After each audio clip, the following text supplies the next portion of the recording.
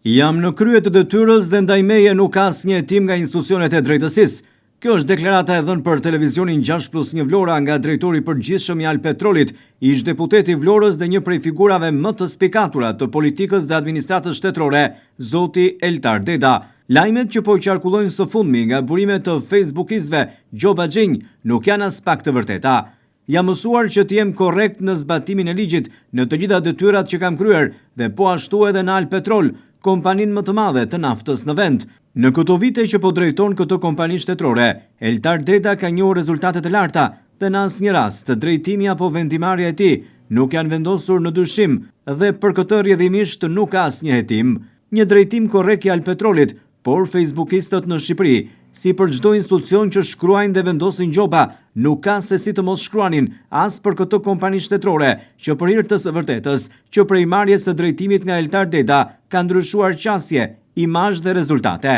Me Eltar Dedën në krye, Alpetroli gjeti qetësinë dhe pikërisht për këtë, më 11 tetor 2025, bordi drejtues ka vendosur të rizgjedh në detyrë drejtorin e përgjithshëm Eltar Deda, duke vlerësuar rezultatet e prekshme dhe transformimin e dukshëm që ai ka dhënë kompanisë shtetërore gjatë 3 viteve të fundit. Në kohën kur mori drejtimin e Alpetrolit, kompania ndodhej në një situatë ndërlikuar me probleme të theksuara në efikasitet, transparencë dhe menaxhim.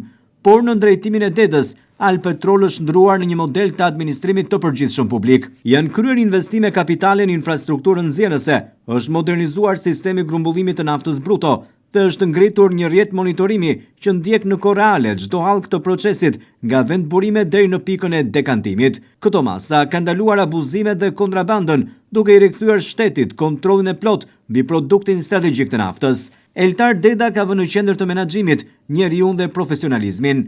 Ai ka riorganizuar strukturat e brendshme, ka investuar në trajnimin dhe motivimin e stafit, duke krijuar një frymë të re bashkëpunimi dhe përkushtimin ndaj misionit publik. Sipas Eltar Dedës, Alpetrol është pasuri kombëtare dhe pasuritë e kombit nuk administrohen përkohësisht, por me ndërgjegje dhe vizion. Rizgjedhja e Eltar Dedës për një mandat të dytë shihet si konfirmim i suksesit të tij në ringritjen e kompanisë më të madhe të nxjerrjes së naftës në vend, por edhe si një sinjal pozitiv për të gjithë administratën publike që kërkon modele të drejta drejtimi, bazuar në integritet, transparencë dhe rezultate.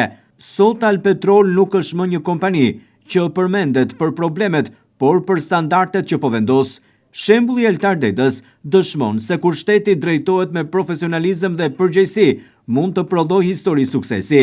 Në fund të prononcimit të dhënë për televizionin 6+1 Vlora, Eltar Deda nuk ka se si të mos falenderoj administratën qendrore, si dhe të gjitha ndërmarrjet dhe administratat dhe punojësit që janë në varësi të Alpetrolit dhe i inkurajon të vazhdojnë punën si një nga ndërmarrjet më të mira në shkallë vendi.